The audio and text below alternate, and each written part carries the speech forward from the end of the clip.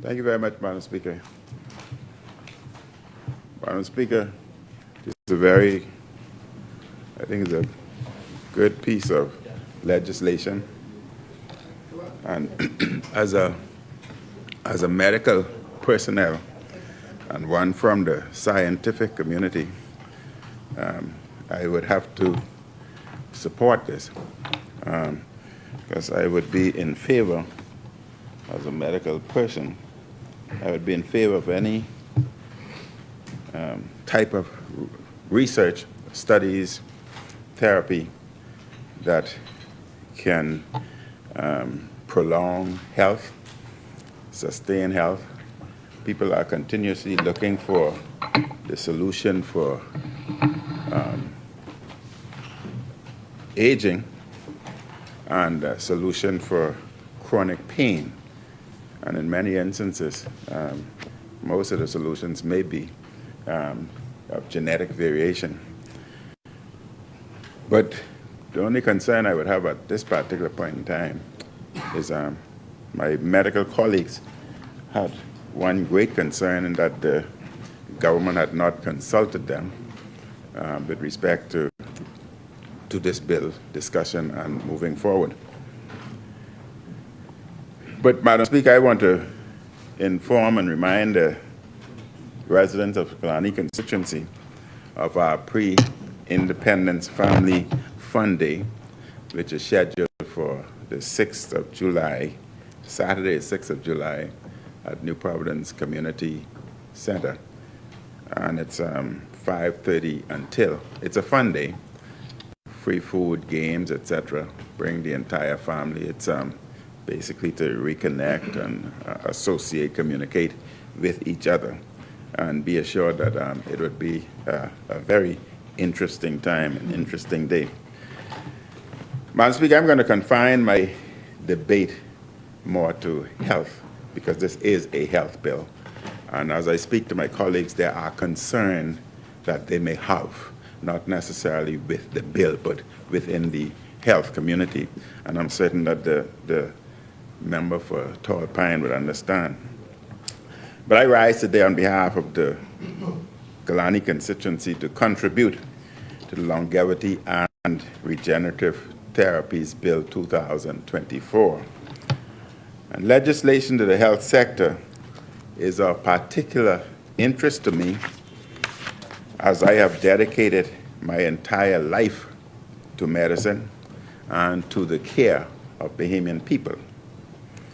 And one of my greatest pleasures, Madam Speaker, as an obstetrician gynecologist, was successfully bringing new life into the world.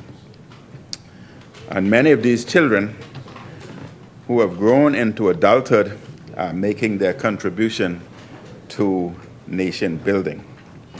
And dealing specifically with babies and mothers, women, that is the sector within the health community that made me who I am and what I am. And because babies and mothers have done so much for me, I have a predilection for, or particular liking for that group of individuals. And you'd find that I, particularly because of my bringing up and because of my medical career, I concentrate especially on the young people, babies, and particularly the female population. And yes, it's been said that during my career I would have delivered about 5,000 babies. That was an underestimation, and that was intentionally done. That was intentionally done. That was intentionally done. Because knowing Bahamians, they would automatically start calculating in their heads as to how much each delivery costs, and subsequently how much money he may have made, and as a result may cause great problems at home and elsewhere. So that was an underestimation, but that would remain in the records, 5,000. That was acceptable, and that will remain. I am proud, Madam Speaker, that these hands helped to bring so many infants into this world. And being a physician is demanding and stressful at times. But seeing the joy of a parent's face when their child is born is a great joy for an obstetrician. Madam Speaker, many may ask, is politics stressful? And I've always answered and said, no, it is not as bad as medicine. And the member for Tall Pines will tell you, politics is a joke when it comes to stress. In the medical community, stress, this is what stress is. You complete a surgical procedure, and everything goes well. And then, 16 hours later, they call you, the nursing or the health personnel call you to inform you that the blood pressure is falling, the patient is deteriorating, but you knew everything went well. So you subsequently rush to hospital, and you stay near that bedside, be it an intensive care unit or whatever, next to that patient all day, because you are so concerned for their health, knowing that you've done everything well and their life is in your hand. Madam Speaker, you stay at that bedside doing everything and trying to refer to any book of any type of experiment to make sure everything is done. And you go 24, 36 hours with no sleep. Then you try to write your notes. And Madam Speaker, you cannot write a simple word because of the stress level that you're undergoing. You cannot write your name, you cannot sign. You try to get something to eat, and you pick up the fork, and you can't find your mouth. It's just, your hands are just tremoring, shaking because of stress. You can't pronounce a word because of the staccato effect, because of the stress. Madam Speaker, that is stress when you're dealing with life and death. Politics is not stress. It may be a tax. I mean, as for me, I've been called everything in the world except the child of God, so I'm only waiting for that one. But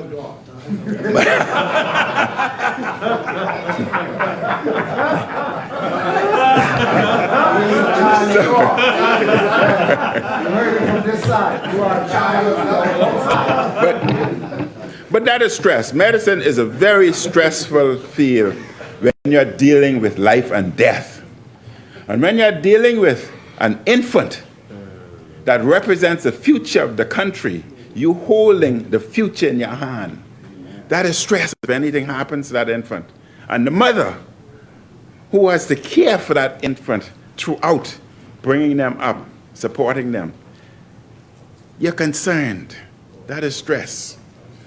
The bill before us, Madam Speaker, helps to establish the Bahamas as a world leader in the field of longevity and regenerative medicine. The hope is that through its passage, there will be significant health and economic benefits to the country.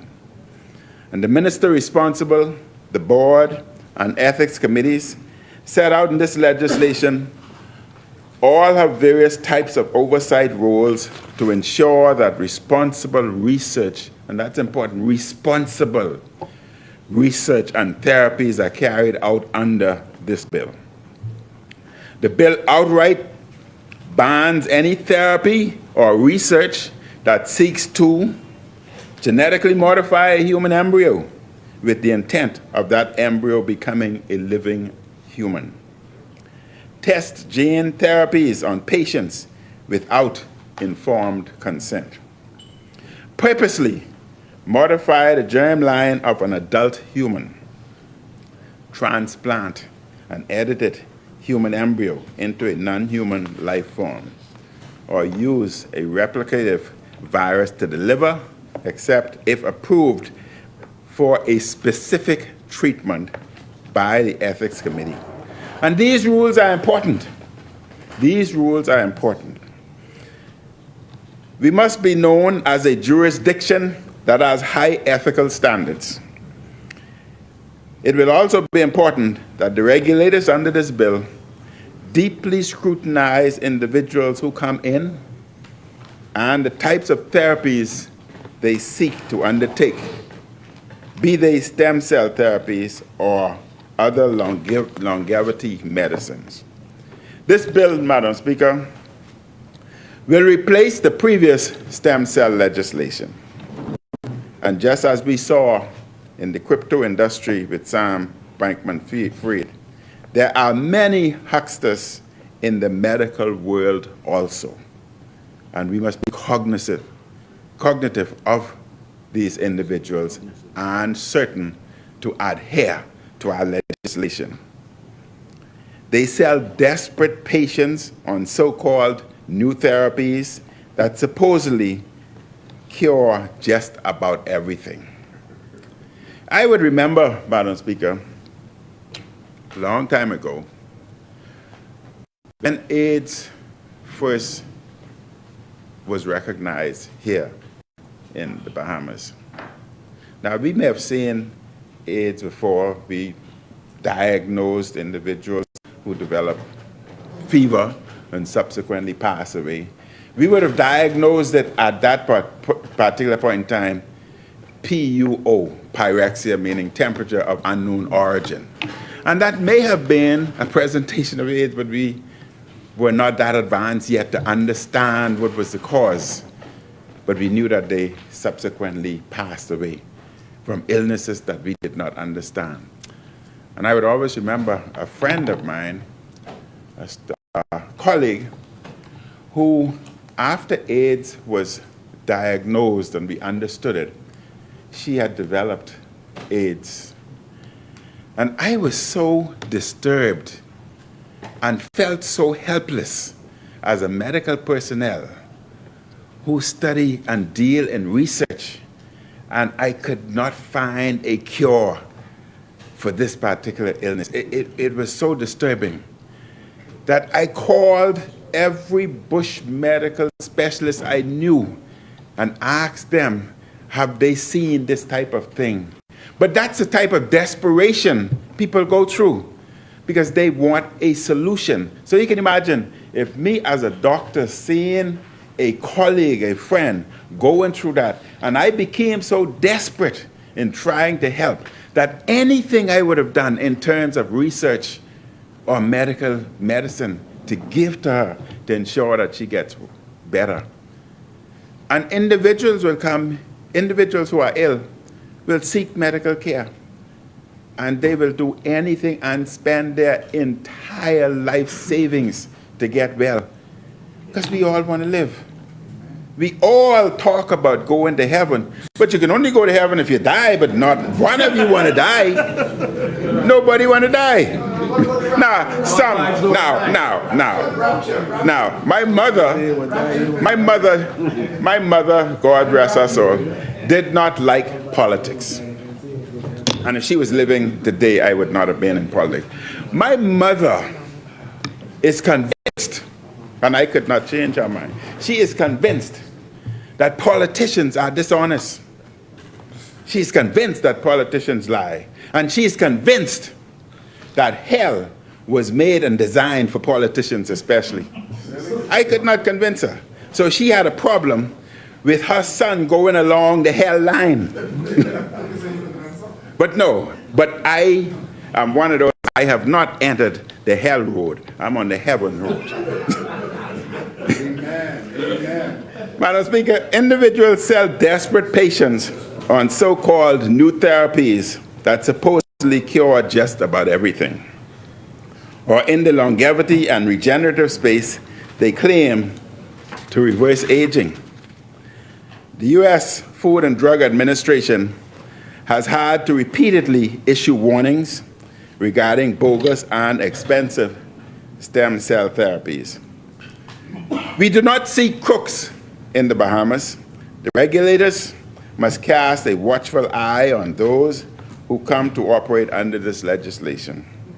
We should welcome in real doctors, real scientists who believe in the scientific method and who care for the people they treat or study. We should reject illegitimate money-making schemes that prey on people who are sick and desperate. Having a slack regulatory regime would harm our international reputation. We do not need international headlines reporting on people being harmed by bogus treatment in the Bahamas. We do not need headlines of people losing their life savings on unproven treatment. I support this legislation, and I congratulate the minister in bringing forth this type of legislation. The key to this, Madam Speaker, will be ensuring that the right people with the right medical and scientific credentials are chosen to oversee the sector. Madam Speaker, as we debate this medical bill, it is necessary for me to again plead to the Prime Minister not to go forward with the Chinese-funded hospital he proposes to build in New Providence. That's where we disagree. We could, I understand that, we could, that's what debates are all about. That's what debates are all about. We could easily build 2 or 3 new wings at Princess Margaret Hospital for the $290 million he proposed to spend on this one Chinese-funded hospital. Madam Speaker, if you listen to the medical community, they would tell you that we are advancing to a health crisis. We have serious health issues. Those health issues, some were there from I was born, and they've gone government after government. But we now feel that they're progressing and becoming worse. Because of what's happening, some people receive delayed care. But we have to look and see what are the problems. Madam Speaker, The chair recognizes the honourable member for Golden Gates. I move that the House moves beyond the 1 o'clock hour. Second. Thank you, honourable members. It has been moved and seconded that the business of this House proceed beyond the 1 p.m. hour. As many are in favour will remain seated. Those opposed will stand. The motion is carried. The business of this House will now proceed beyond the 1 p.m. hour. Honourable member for Kalani, may proceed. If you want me to start again, then 1 o'clock, 3 o'clock, I'll come back and start from 0. No. Oh, okay. No, Madam Speaker, as politicians, we tend to concentrate more on structures, buildings. We get a high when we construct a new building. That's what we did, the next thing we did. But we must move away from that. We need a paradigm shift. Let's concentrate on people. Let's concentrate on the staff. Improve communication. Improve the environment that they work in, the working environment. Improve consultation between them and us. And let's work towards a positive, healthy environment. Because if an individual is happy within that environment, be it healthcare or wherever, then the patients subsequently meet the most happiest individual, and the results are better. But if individuals are stressed within an unhealthy, toxic environment, that toxicity spills over to the patient. That toxicity spills over to the community. And we have to shift our focus not on buildings, because a happy staff will subsequently result in happy patients and better outcome. And let's look at why our staff is so unhappy and why the environment is toxic. We need to spend more within what we have, the institution, to ensure that we communicate with regularity with the staff so they can point out to us what are the challenges they face.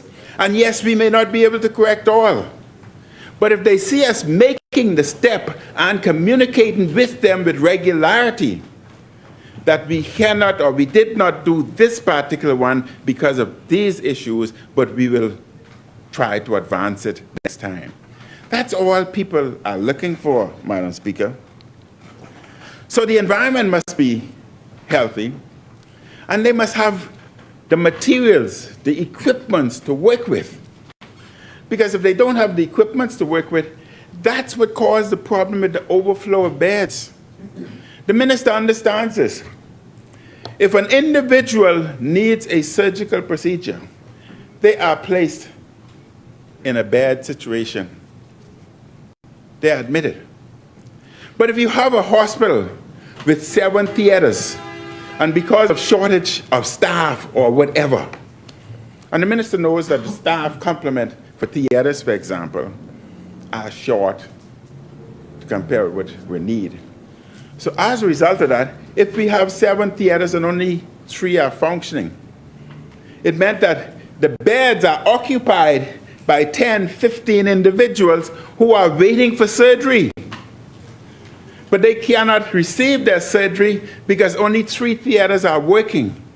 So other patients that may need bed cannot be admitted. There's a bad situation. But the bad situation is because we have not met the complements of staffing or materials. And that's why it's so important, Madam Speaker, let us not just concentrate on building our name to say, oh, this Minnis building or, oh, this Davos building. No, let's concentrate more on staff. Staff are leaving the hospital. They're resigning. They're taking pre-retirement leave. They're taking 4 weeks vacation. They're taking unpaid leave. And you know why? Because they're not happy with the environment. They're not happy with the challenges they face. They're not happy. No, having a new hospital is not the issue. It's not the solution. Because you're taking the same toxicity into a new hospital. And the same problems. You build a new hospital, you still don't have the staff complement. It's the same problem. You don't have sufficient doctors. You don't have sufficient nurses. You don't have sufficient supplies. You have a beautiful structure, but it's non-functional. And that's why I say we need the paradigm shift. And the paradigm shift can only occur with communication. So let's look at the problems. What are the problems? And these are the issues we have to deal with. Let's deal with the problems first. Doctors are leaving hospital. They're retiring. They're taking extensive leave because they are stressed out with the communication, not having the equipment, not having proper environment, having issues with the institutions, they're not having adequate medical supplies or whatever is necessary. They are leaving because of stress and they're concerned about their own mental outcome. So they're leaving because they want to maintain their quality of life and don't spill the stress or the toxicity that they would experience onto their family. So that's one of the problems. Then equipment and supplies. Let's concentrate on those. Let's concentrate on this so that you would have a happy staff, a happy patient, and a happy outcome. The shortages, let's concentrate on that. And the staffing, as I've said. Just to give an example, Madam Speaker, we have a beautiful edifice at Princess Margaret Hospital. Beautiful structure, critical care block. 7 beautiful theaters, state-of-the-art theaters. But for those theaters who build it is immaterial. That is not the issue, and that is our problem. We glorify ourselves because you build this or the next one build it. No, we must move away from this glorification and let's concentrate on our staff and the environment. Let's concentrate on the people. Move away from this glorification. So, Madam Speaker, the theaters, for the 7 theaters to function, you need 30 nursing personnel. There are only 12. So as a result, 4 are closed and only 3 are functioning. because that's all we have. We're short of anesthesiologists, so you cannot function. So those are the problems. So yes, you would go tomorrow and build, or say, Minnis stores only built 7 theater. I'm going to beat Minnis, I'm going to beat Ingram, so we're going to extend it to 10. But what do? You make things worse because you still, and the minister knows these are the realities. All I'm saying is, as we move forward, and these are not your problem. We had similar problems. No. We had some. I know you have problems with staff. I know you have problems. But all I'm saying is, let us concentrate. Then, Madam Speaker, as we correct the system, I would hope that the minister would aggressively move towards the electronic medical records, because that is a problem. So the solution, let us do staff audit so we know exactly where the shortages are. And you can't correct them overnight. You cannot. But let's try work on it. Let us improve the communication between ourselves, between the staff, and everyone else. Everybody has to be involved. We think, and studies have shown, that the existing PMH can serve, but we were for stage development. The new government is for new institution. We don't agree with that. Let's look at needs assessment.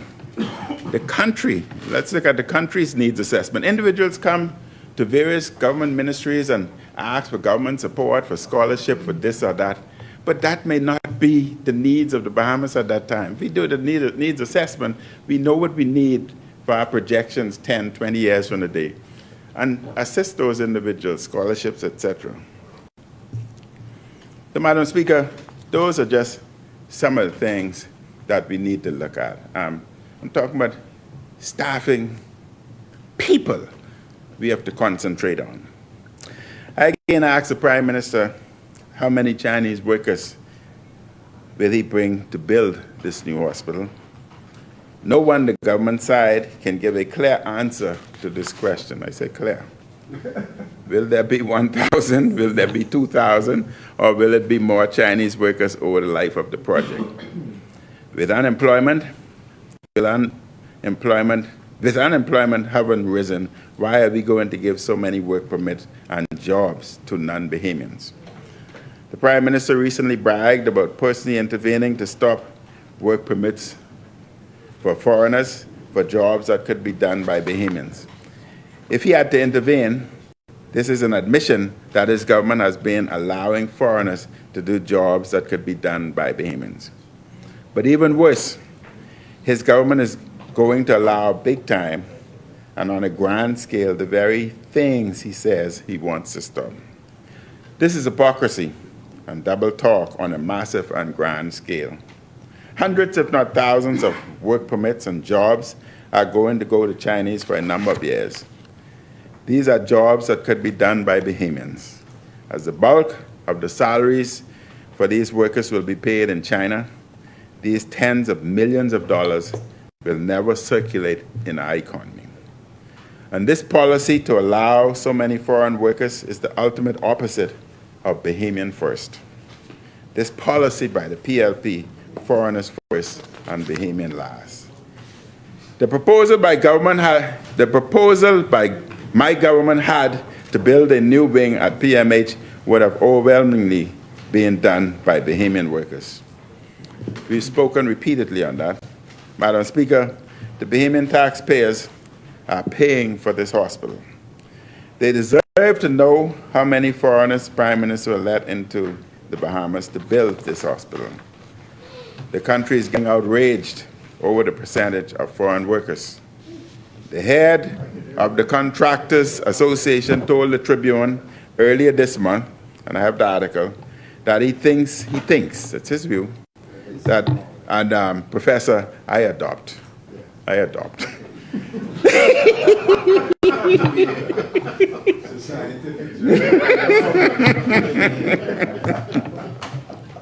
That he thinks it could be as high as 90% of the workers at the hospital being foreign.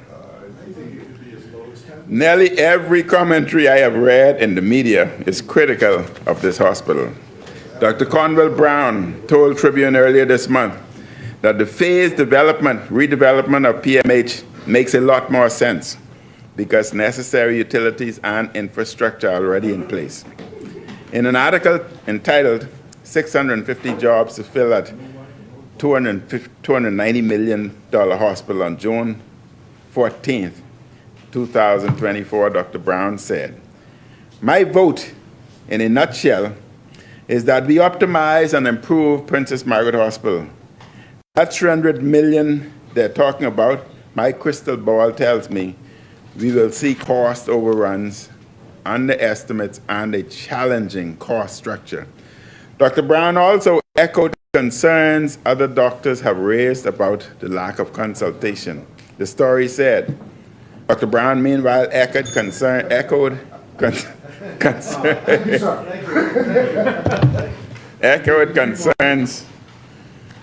concerns voiced by Dr. Gemma Roll, the MAB president, over the government's failure to widely consult doctors and other medical professionals over its plan and its advance. Madam Speaker, I obviously would not have time to go into what I wanted to say, and I'm certain that the minister and others are very happy about that. But before I close my debate during the last 30 seconds that I have, I would like to ask the minister with responsibility for national insurance. I know the government had announced that there would be a 1.5% increase in NIB contributions effective the 1st of July. But the minister informed this House whether or not national insurance has made provisions within their computer system to accommodate this 1.5%. Because there are some individuals who want to pay, but they've been informed that the computer system has not yet been, there's been no beta testing, and the system is not in place yet, and therefore they cannot pay. This is a challenge if that's the case, because these are supposed to be effective the 1st of July, but the payment cannot be accommodated at this particular time. So I asked the minister to look into that. And there had been an internal audit report. I don't know if the minister would be so kind as to inform us as to the outcome of the internal audit report. And I think another report by the Price Waterhouse report. Would you table the Price Waterhouse report that was done? When would that be tabled so that we can review that? But most importantly, the internal audit report. I believe that there are some very vital information that would have been revealed in the internal audit report. And I think Parliament would love to see that report so that if there's any investigation that has to be done and individuals has to be dealt with, or any monies were misappropriated or so, I think the public needs to know all of that. Madam Speaker, time would not allow me to proceed, so I support this piece of legislation. Thank you, Honourable Member.